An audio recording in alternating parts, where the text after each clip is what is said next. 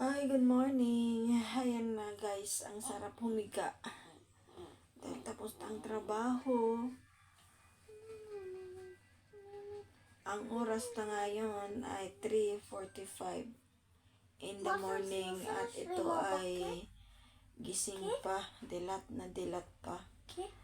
So, sarap na sana matulog pero yung katabi ko ay nag-iingay pa sa tabi ko. Gusto ko nang matulog pero hindi ko magawa. Kasi ayaw niya akong patulogin. Ayan. Ayan guys. Ay. Gusto ko nang matulog sana. Kaso hindi ako makatulog dahil sa alaga ko pasaway na to. Ayan o. Tingnan nyo yung paa niya nandyan. Ayan. Hindi ko nga lang pwede pakita yung mukha niya. Mamaya magagalit na naman. Minsan mayroon pa yung nangyari na binibiro ko lang. Papikit-pikit ako ng mata.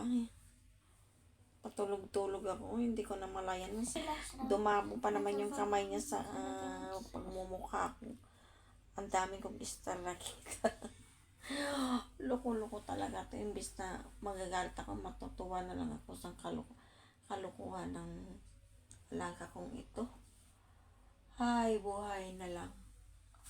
Hi, boys na lang. Thank you for watching. Ito, nag-iingay sa tabi ko. Marcel, dali mo. Thank you for watching. Good morning. Ingat po tayong lahat. And God bless. Maraming salamat po sa mga sumusuporta at Dali mo. nanonood sa aking mga upload video. Thank you and God bless.